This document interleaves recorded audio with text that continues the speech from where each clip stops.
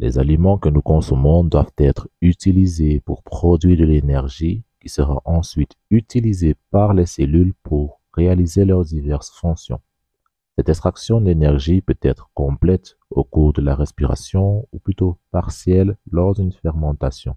L'oxydation complète au cours de la respiration cellulaire se fait en plusieurs étapes.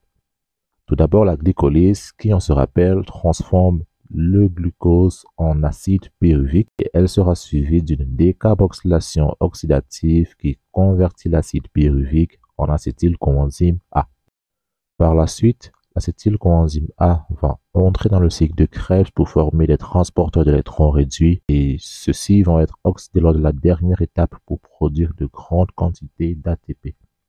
Le cycle de Krebs ou cycle de l'acide citrique ou cycle de l'acide tricarboxylique est un ensemble de 8 réactions dont le but essentiel est de produire des transporteurs d'électrons à l'instar du NADH et du FADH2.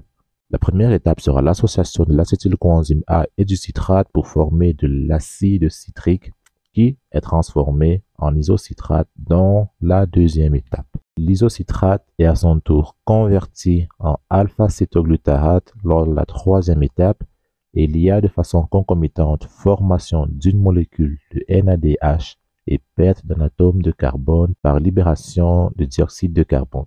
Lors de l'étape 4, l'alpha-cétoglutarate perd elle aussi un atome de carbone et devient succinyl-CoA et là encore il y a formation d'une nouvelle molécule de NADH.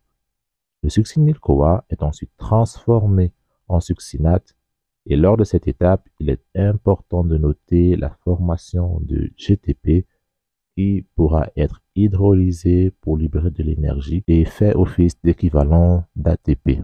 À la sixième étape, le succinate est converti en fumarate et il y a formation de FADH2 simultanément. Le fumarate est transformé en malate, puis le malate en oxaloacétate au cours de la dernière étape et là encore, il y a formation de NADH. Il est important de noter que, puisque lors de la glycolyse, ce sont deux molécules d'acide pyruvique qui sont produites, nous aurons alors deux acétylcoenzymes A qui vont être disponibles pour le cycle de Krebs. Donc, pour chaque molécule de glucose, le cycle de Krebs se déroulera en 2 tours. Nous pouvons maintenant nous intéresser aux enzymes qui catalysent ces différentes réactions. Donc, nous avons à la première étape la citrate synthase, à la seconde étape la conitase, étape numéro 3 isocitrate déshydrogénase, alpha-cétoglutarate hydrogénase à la quatrième étape, étape 5 succinyl-CoA synthétase, étape 6 succinate déshydrogénase, étape 7 fumarase et enfin étape 8 malate hydrogénase. Pour rendre la mémorisation un peu plus facile, nous allons maintenant jouer à un jeu. Ici, c'est notre cher Sir Krebs dans ce laboratoire et il adore fabriquer de l'oxaloacétate grâce au citrate qui est contenu dans ces tubes à essai. Nos chers amis anglo-saxons diraient donc Citrate is Krebs' special substrate for making oxaloacetate. Ce qui veut dire en français, le citrate est le substrat favori de Krebs pour fabriquer de l'oxaloacétate. Et dans la phrase citrate renvoie au citrate, X, isocitrate, Krebs, alpha-cétoglutarate, special succinyl-CoA, substrate, succinate, for fumarate, making, malate, oxaloacetate, oxaloacetate. Donc, citrate is Krebs' special substrate for making oxaloacetate.